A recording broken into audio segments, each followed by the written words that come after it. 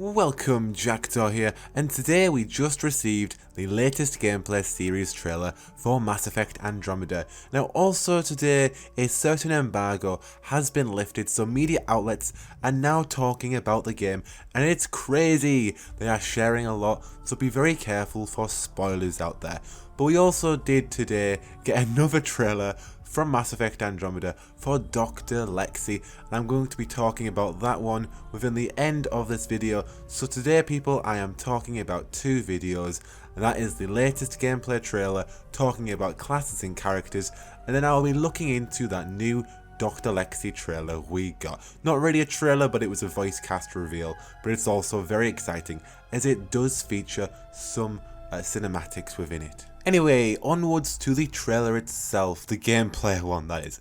So this gameplay trailer is all about the classes and the characters. Now we've already seen the three main skill sets, tech, combat, biotics, so I'm just going to swiftly move onwards to some actual stuff that we want to know, and that is actually the profiles we see here. So in case you didn't know about the profiles, basically in Andromeda it's replaced its class system with an open skill tree system for our main skill sets being tech, combat and biotics. And when we actually put enough skill points into these sets, we actually then unlock a profile. And as you can see, all the profiles are the original classes from the original trilogy, except there's a new one at the bottom there, but we'll get into that one in a second. Now we can see here that for the soldier profile, it seems that the profiles themselves do seem to have a ranked system, and for the soldier here, they actually need 150 skill points in the combat tree to unlock rank 5. And then we also see the engineer's profile, they need 54 points in the tech category to unlock rank 3 of their engineering. And then we move on to the adept profile, which is ranked 1, and they need 24 skill points to unlock rank 2. So I'd say that you probably need 10 or 12 skill points in the biotic category to then unlock the adept profile. So I'd say that in each skill tree you need at least 10 skill points in them to unlock the first profile.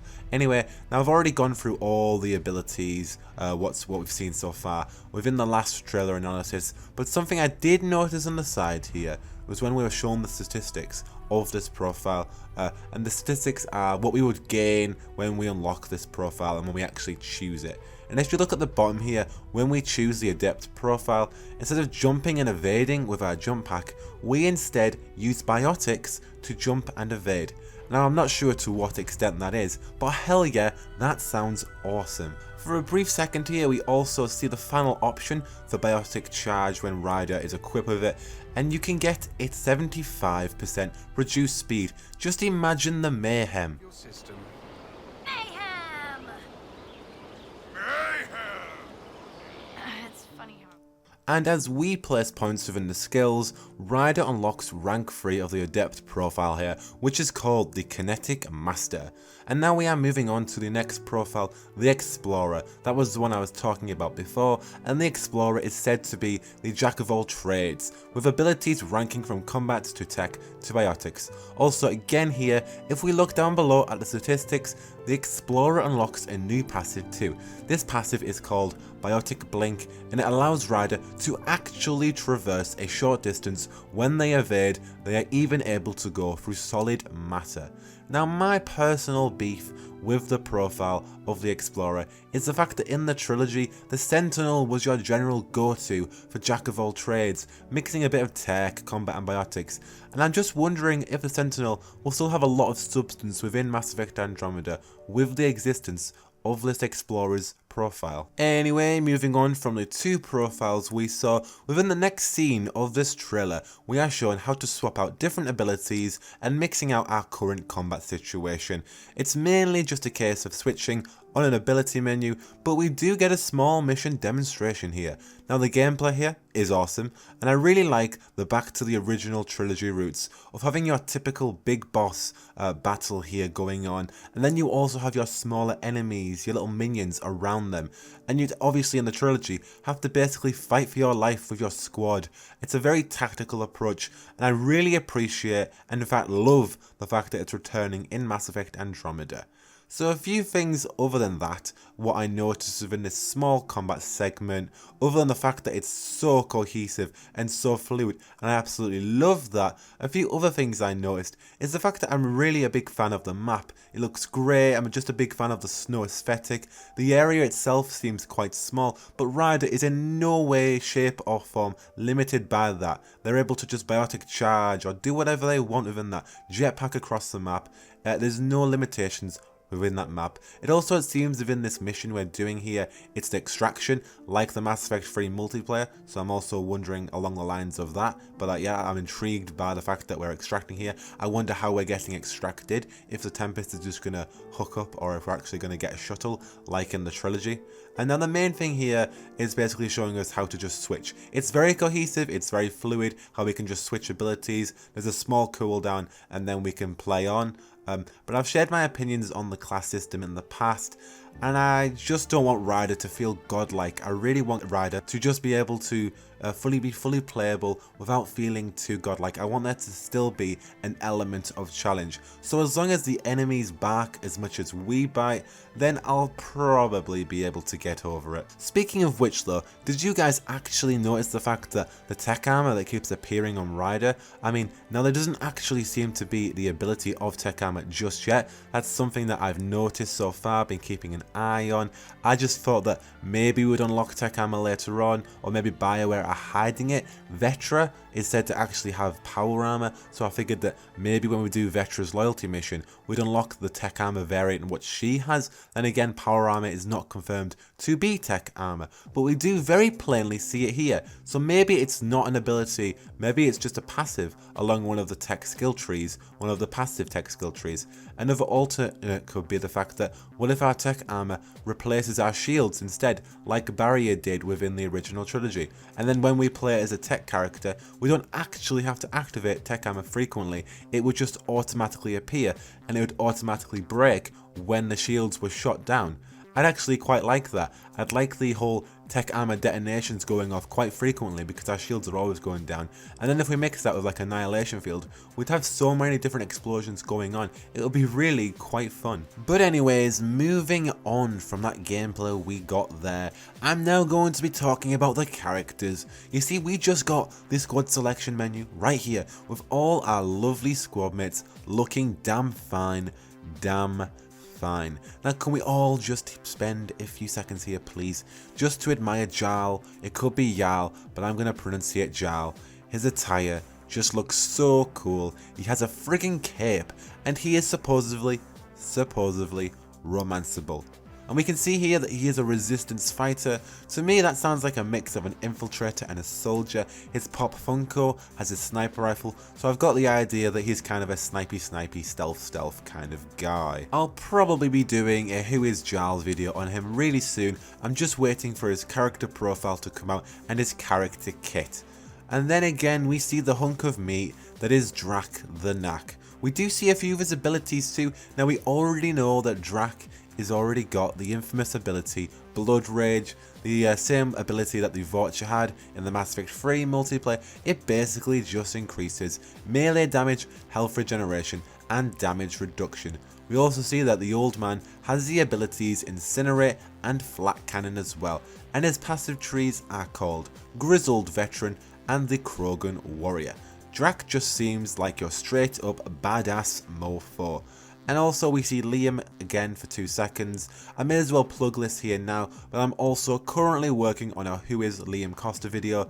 I was going to do it today, but this trailer came out. And again we see PB, who I'll talk about more again within the next trailer. Again, she's a rogue academic that sounds very tech-like in my opinion. And we get Vetra's combat stance right here, as well as a cheeky Vetra close-up. She's a drifter mercenary, which just sounds so awesome. And we know that she has the ability Power Armor, which I already stated before, which just sounds all relatively new. Unless it's just a better tech armor, I really have no idea. And last but certainly not least, we see Cora Harper. We actually see probably the most of Cora Harper here, and she is sporting that biotic commando stance. We actually get quite a good look into her skills here. We see that Cora is equipped with biotic charge, which we already know, and which I need to say again, I think it's just awesome that we now have a squad member with this ability, and she also has Nova. So the combo of biotic charge and Nova, just syncing those two abilities together, there's going to be no stopping Cora from killing everyone. Now Cora also has a tech ability which surprised me. She has shield boosty. I just loved spamming that when I played as a Volus in the Mass Effect multiplayer. So I'm wondering if she can actually give us shields or if it's just a specified shield boost to her. I imagine we can upgrade it to do both. And her passive skill trees are named Asari Commando and Defense Training. Now before I do move on, we saw 6 squad members there. Now that's not an actual representation of all the squad members we'll be getting. I'm pretty sure that it was confirmed that there had to be 7 squad members, but I feel that maybe BioWare at least want to give us one surprise in terms of a squad member. Not sure who that could be, but I'm pretty sure we're getting 7 squad members. They could have changed it. They have already cut out a male Solarian companion, so maybe they're sticking at 6. But I feel that there is at least one surprise that we do not know just yet. But anyway, in the next scene, we see the squad dynamics. It's just nice to see what they actually look like in the world, as opposed to just on a screen. We just see Drax back and he just looks great in the world. And here we do see Cora absolutely stealing Drax's kill. If we rewind, we can see that Drax was so ready to kill that unlucky cretin, but Cora quickly sweeps in and completely obliterates the fool. So much for sportsmanship, Cora. Again, we just get more of that annihilation. I think that the blast here is one of Liam's abilities, as he's in the party here, so maybe it could be his Havoc Strike ability, maybe not. It's just awesome to see how easy it is for us to be able to create biotic and tech and combat explosions with our squad mates. And that is the end of the second gameplay series episode talking about profiles and characters, but I do just quickly want to talk about the second voice actress reveal that came out just today, and it actually sheds some light on a few of our fellow characters within Andromeda. So we actually got a voice actress reveal. Natalie Dormer is confirmed to be voice acting Dr. Lexi, our Asari doctor aboard the Tempest. And I just want to say that as a side character, they have put so much, or they have seemingly put so much content within this character, to the extent of the fact that I imagine she'll probably be romanceable, but BioWare here have put a massive emphasis on agency, the fact that they want their characters to feel independent, to move around, to actually have a life as opposed to just Ryder talking to them and then suddenly their character is alive. I really love that. I love the idea of agency within these NPCs, the fact that they have their own lives, the fact that they have it within this character is extremely exciting to see. And now we do learn a few things about Dr. Lexi within this trailer too, and some of them are on spoiler territory, but the fact that Mac Walters says them kind of emphasizes the fact that we should be alright. But anyway, I'll be going ahead and just saying these, so if you want to back out you can. But apparently Dr. Lexi spends a lot of time with playable Ryder, and she's apparently the first friendly face we're going to meet. Dr. Lexi also, as the opposite Asari, has a rivalry with PB, whom we actually see jump on top of Ryder. So is that a romance confirmed? I'm pretty sure that's a romance confirmed.